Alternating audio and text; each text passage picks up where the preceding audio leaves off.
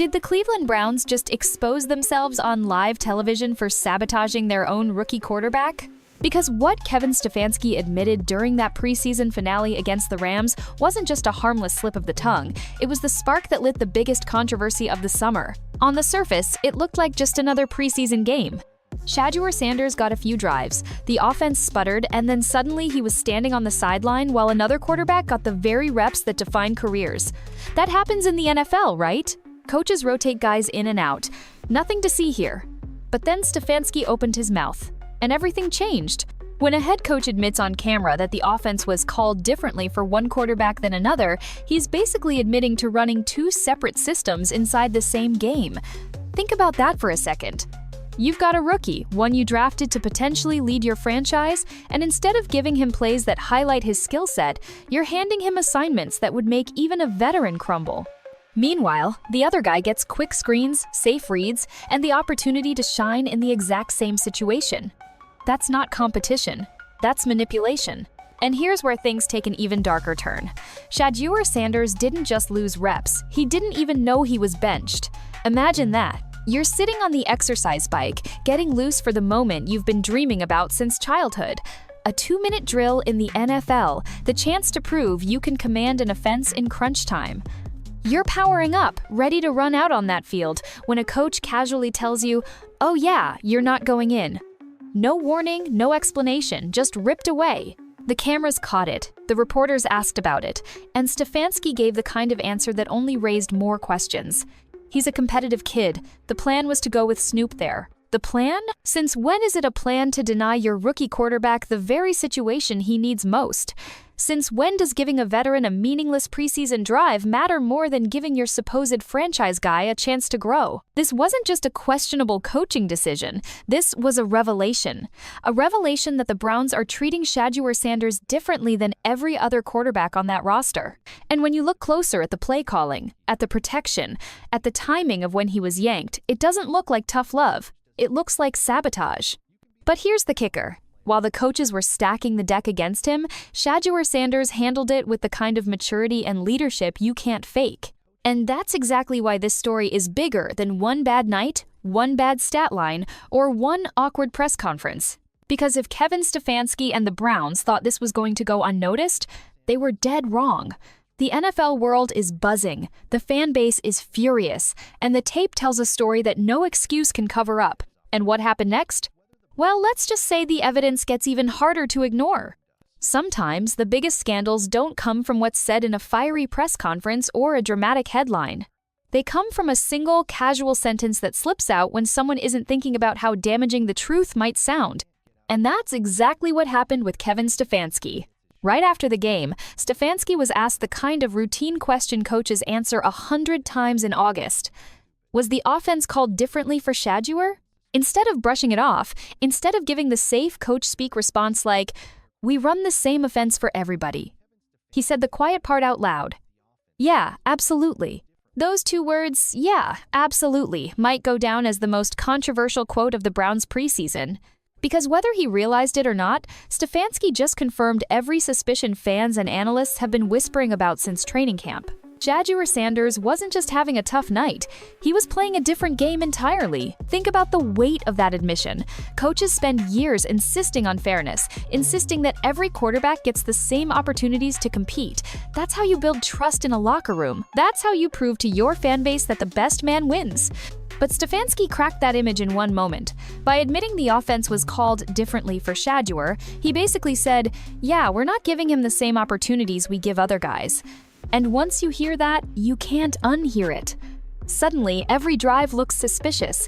Every play call becomes part of the conspiracy. Why is Dylan Gabriel getting quick screens and high-percentage throws, while Shedeur is stuck waiting for deep routes to develop behind a collapsing third-string offensive line? Why is Gabriel in rhythm while Sanders is running for his life? The answer isn't talent, it's play design. Now, let's be clear, no coach is going to come out and say, "I'm sabotaging my rookie quarterback." But in the NFL, actions speak louder than words. And Stefanski's slip-up told us exactly what those actions meant. He might try to spin it later, might try to explain that they're working on different concepts or building growth moments. But fans aren't buying it. Neither are analysts. Because here's the truth, when you admit the offense is called differently for one quarterback, you've shattered the illusion of competition. It's no longer about who plays better, it's about who the coaching staff wants to look better. And when the chosen one isn't the rookie you drafted to be your future, you're asking for trouble. That's why this isn't just about Shedeur Sanders having a bad night. This is about a head coach revealing that the playing field was never leveled to begin with. And if you think the locker room didn't notice, you're fooling yourself.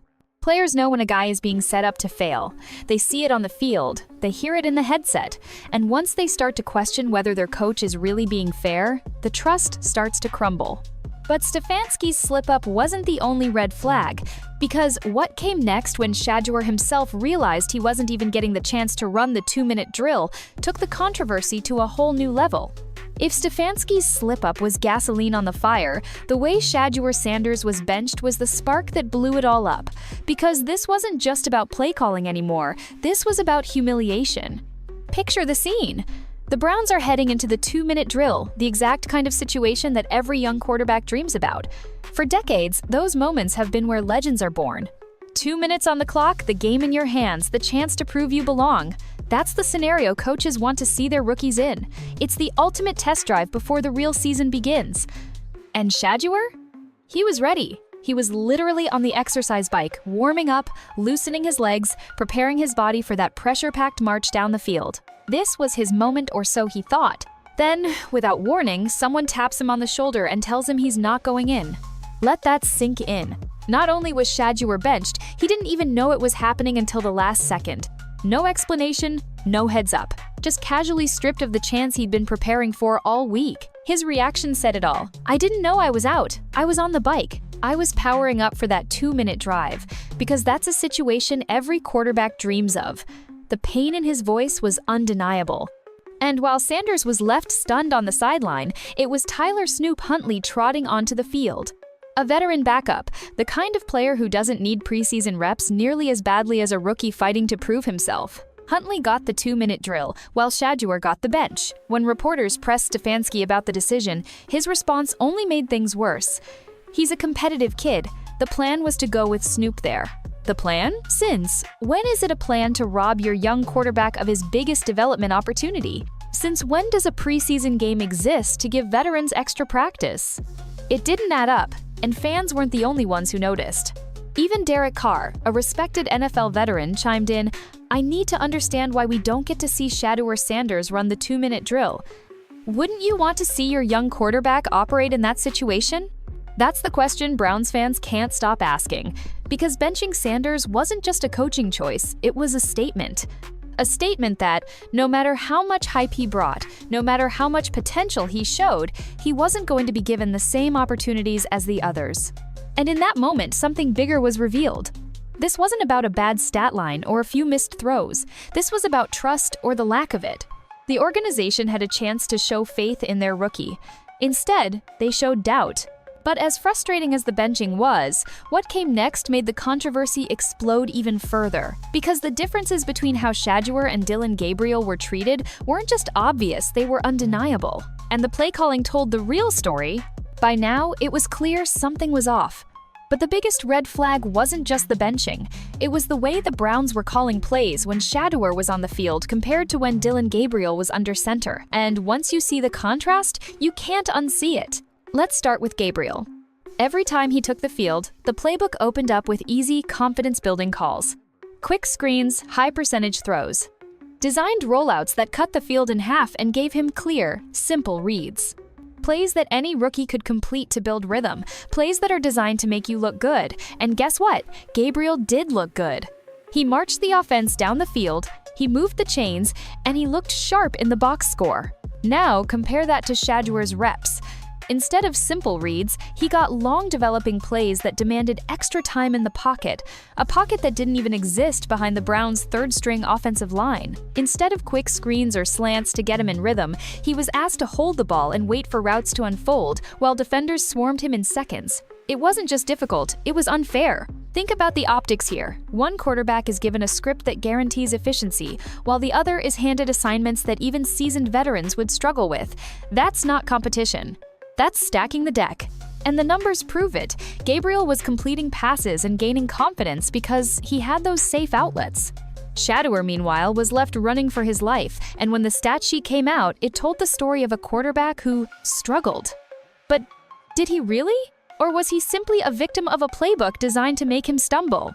Even the Browns' own general manager, Andrew Berry, unintentionally admitted how tough the situation was for Shedeur. He compared Sanders' transition to learning Mandarin after being fluent in English. In other words, the system itself is already a mountain to climb. So why on earth would you make it harder with play calls that don't match where he's at in his development?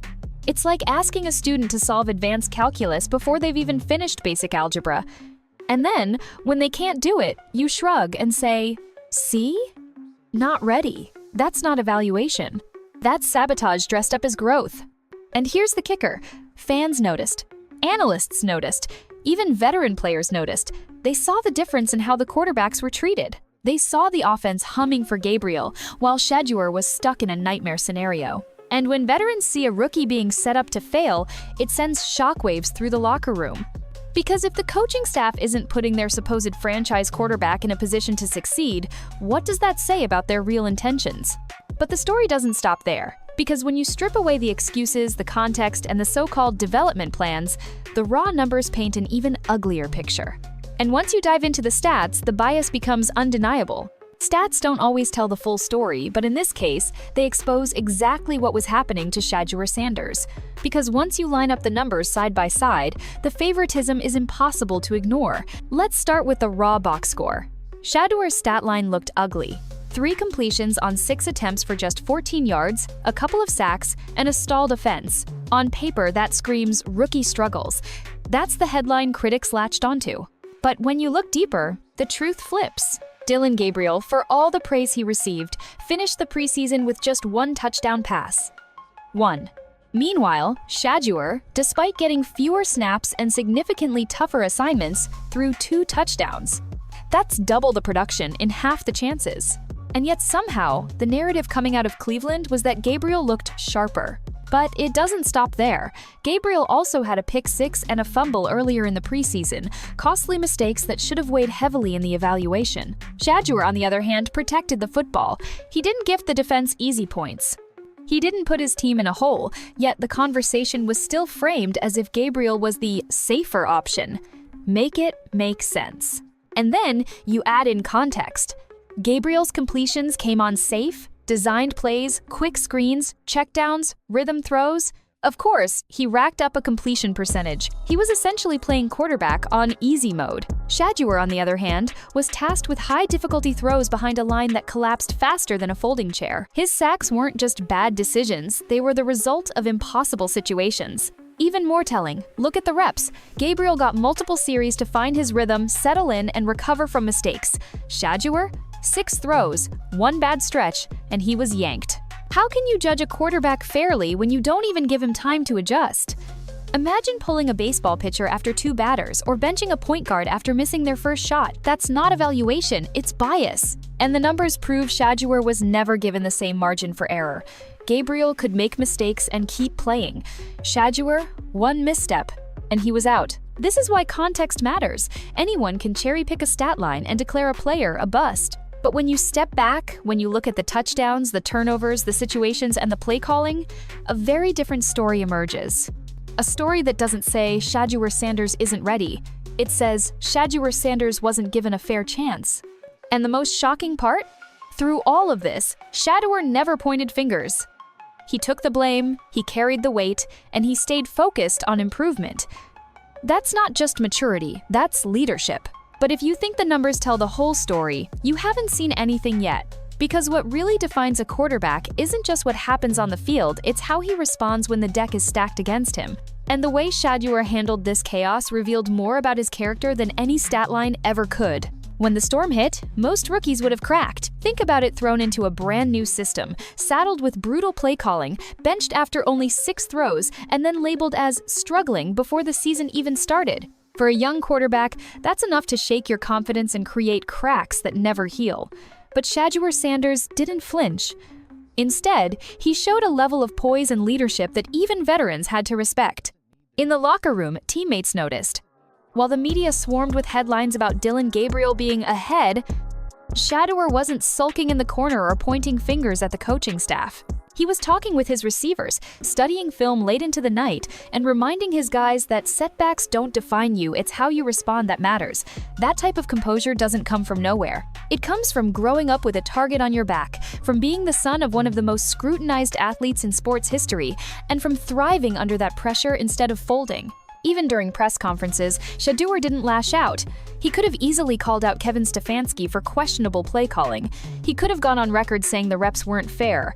But he didn't. Instead, he kept the focus on himself. I've got to execute better. I've got to adjust faster. That's accountability, even when the blame doesn't really fall on your shoulders. And that's exactly the kind of leadership NFL veterans want to see. Because in pro sports, every guy in that locker room has faced some form of adversity. They know when a player is being set up to fail. They can see when a coach is running plays designed to highlight one quarterback and bury another. But they also notice when a rookie refuses to let the narrative break him. That's why, quietly, more and more veterans were starting to respect Shedeur, even as the headlines painted him as behind. This is where leadership becomes more important than stats. A quarterback's job isn't just to throw touchdowns, it's to set the tone for the entire team. When a guy keeps his head high under fire, others rally around him. And even though Shedeur's opportunities on the field were limited, his response to the adversity was winning over the locker room. One Browns insider even hinted that teammates were starting to view Shedeur as the real deal because of how he carried himself off the field. Not because of highlight throws, not because of gaudy numbers, but because of his composure in the chaos. That matters. Sometimes it matters even more than preseason stat lines. But here's the twist. While Shedeur was quietly earning respect from his teammates, the outside world was still running with the narrative that he wasn't ready. And that's where things get complicated, because when the media drives a storyline, it can shape decisions inside the building, no matter what players actually think. And in Shedeur's case, the gap between perception and reality was about to get even bigger. What happened to Shedeur Sanders wasn't just about one bad series, one questionable play call, or one premature benching. No, the real story is much bigger. It points to a deeper issue inside the Browns organization, a bias that's been whispered about for years but rarely addressed head-on. And when you look closely, the pattern becomes impossible to ignore. Let's start with Cleveland's history.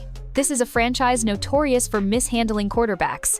Since 1999, they've cycled through starter after starter, each one sold as the guy, only to be tossed aside when things got tough. But in Shedeur's case, it wasn't just impatience, it was favoritism. From day one, it felt like Dillon Gabriel was being groomed for success, while Shedeur was being positioned as the expendable one. Insiders have even suggested that Gabriel was Stefanski's safe choice, the quarterback who would follow the script, not challenge the system, and play within the box. Shedeur, by contrast, represented something unpredictable, something bold, something that could shine on his own terms. And that made him a threat, not to the team, but to the comfort of a coaching staff that wanted control above all else. The bias became clear in the reps. Gabriel was given multiple drives, chance after chance to prove himself even after mistakes. Shedeur? 6 throws, 2 drives, and then the hook. That's not competition, that's predetermined. It's almost as if the outcome was decided before either quarterback stepped on the field. And this isn't just about football, it's about narratives. The media plays a massive role in shaping public opinion, and in Cleveland, the storyline became crystal clear. Gabriel is ready. Shedeur is struggling. That narrative didn't grow out of the box score, it was planted, watered, and repeated until fans bought into it. Once that perception takes hold, it gives the front office cover to make decisions that might otherwise be questioned. But fans aren't blind. Many began noticing the discrepancies, pointing out that Shedeur's limited snaps made it impossible to judge him fairly. On social media, debates erupted. Was this really about performance, or was it about politics? Was the Browns coaching staff protecting their guy while burying another? The more people looked at the numbers and the situations, the more the bias became undeniable. And that's the bigger picture. Shedeur wasn't just fighting to prove himself on the field, he was fighting against an entire narrative machine designed to keep him in the background. The reps, the play calling, the media spin it all painted a picture of a quarterback who wasn't ready, but anyone who looked deeper could see the truth. What makes this story even more explosive is what it says about Cleveland's future, because when bias drives decisions instead of merit, the team suffers. It creates division in the locker room, distrust in the organization, and wasted potential on the field. And if the Browns continue down that road, the consequences won't just fall on Shedeur, they'll fall on the franchise itself. And here's the kicker: Shedeur knows it. He sees the politics, he feels the bias, and yet he's still standing tall. Which raises the real question: how long before the Browns realize that their biggest weapon might be the very player they're holding back? At some point, no matter how carefully a narrative is crafted, the truth forces its way to the surface. And for Shedeur Sanders, that truth is simple. He's too talented, too composed, and too driven to be silenced forever. You can bench him. You can rig the play calling. You can push media narratives that paint him as not ready. But eventually, the tape tells the story, the locker room whispers grow louder, and the fans start demanding answers. That's the unstoppable truth. Every time Shedeur touches the field, flashes of brilliance emerge. Whether it's a tight window throw under pressure or his ability to extend plays with calm confidence, those moments are impossible to ignore.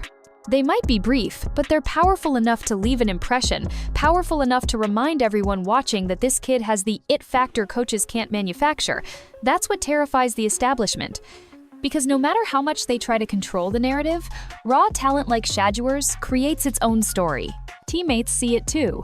In practice sessions, when the cameras aren't rolling, insiders claim Shedeur has been delivering throws that leave receivers shaking their heads in disbelief. That's the kind of truth that spreads quickly inside a locker room. Players know who can ball, and they know who's being protected. It doesn't take long before loyalty begins to shift, not toward the coach's favorite, but toward the quarterback who actually makes plays. And the fans? They're catching on as well. Social media clips, leaked practice highlights, and even secondhand reports are fueling a growing movement online. More and more fans are asking the question, why isn't Shedeur getting a fair shot? That pressure doesn't just vanish. It builds, week after week, until the coaching staff has no choice but to address it. The unstoppable truth refuses to stay buried. This is where history becomes important. Countless NFL greats players who were doubted, benched, or written off eventually forced their way into stardom because the truth of their talent couldn't be denied. Think about Tom Brady taking over for Drew Bledsoe, or Russell Wilson beating out a safe choice in Matt Flynn. At first, the system resisted them, but eventually, reality won. The same storm is brewing in Cleveland, and Shedeur Sanders is right at the center of it. The Browns may think they're controlling the situation, but in reality, they're just delaying the inevitable. Every unfair benching, every questionable play call, every narrative spun in the media, it all adds fuel to the fire. And when the dam finally breaks, the truth will flood out. Shedeur Sanders is not just a backup option. He's a franchise quarterback in waiting. And when that unstoppable truth finally becomes undeniable, it won't just rewrite the Browns' quarterback depth chart, it could rewrite the entire future of the organization. The story of Shedeur Sanders in Cleveland is still being written, but one thing is already clear: his future will not be defined by a single coach, a rigged playbook, or even one organization. Instead, his future will be defined by the talent that refuses to stay hidden and the willpower that keeps pushing through every obstacle. That's the promise of Shedeur Sanders, and it's what makes his next chapter so fascinating. If the Browns finally give him the keys, the entire trajectory of the franchise could change. For decades, Cleveland has been searching for stability under center, burning through quarterbacks at a dizzying pace. Shedeur could be the one to break that curse, not by fitting into the rigid system that's been holding him back, but by forcing the team to build around his unique skill set. With his accuracy, poise, and ability to extend plays, the Browns could transform into one of the most dangerous offenses in the league. But if Cleveland continues to stall, there's another possibility: the league will eventually take notice, and other teams will start circling. The NFL is filled with franchises that have gambled on young quarterbacks who needed a fresh start. Whether it's a system that values mobility, creativity, or leadership, there are plenty of places where Shedeur's style would shine. In that sense, Cleveland might only be a temporary stop on a much bigger journey. Beyond the field, Shedeur's future is also tied to his brand and the influence of his father, Deion Sanders. Primetime has already proven he knows how to navigate media, pressure, and doubters.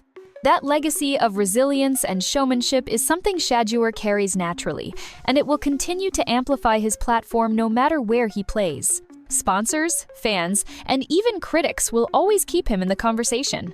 What makes Shedeur's future so compelling is that it feels bigger than football. He's not just another young quarterback hoping to survive in the NFL. He's a potential culture shifter. If he succeeds, he doesn't just prove the Browns wrong, he proves that the system itself can't suppress raw, undeniable talent. And in doing so, he becomes an example for every young athlete overlooked, doubted, or buried by bias. The future of Shedeur Sanders isn't about whether he'll get his shot, it's about when. And when that moment arrives, the only real question left will be, how far can he take it?